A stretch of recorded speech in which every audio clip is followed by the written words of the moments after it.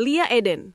Ia mengaku mendapat wahyu langsung dari malaikat Jibril dan menyebut dirinya sebagai utusan Tuhan. Lia mengejarkan bahwa semua agama nantinya akan bersatu jadi satu ajaran universal dan dirinya lah yang jadi penghubung utama antara manusia dengan Tuhan. Salah satu ajaran yang membuat heboh adalah keyakinan Lia bahwa ia dan anaknya dipilih untuk memimpin umat manusia.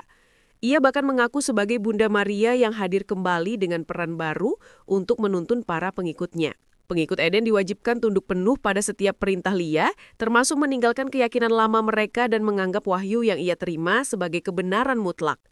Lia Eden bahkan berulang kali mengirimkan surat kepada presiden dan lembaga negara, bahkan kepada Paus di Vatikan yang berisi seruan agar ajarannya diakui secara resmi. Pada akhirnya, pemerintah menindak tegas. Lia Eden beberapa kali ditangkap dan dipenjara atas kasus penistaan agama. Hingga akhirnya ia meninggal dunia pada tahun 2021.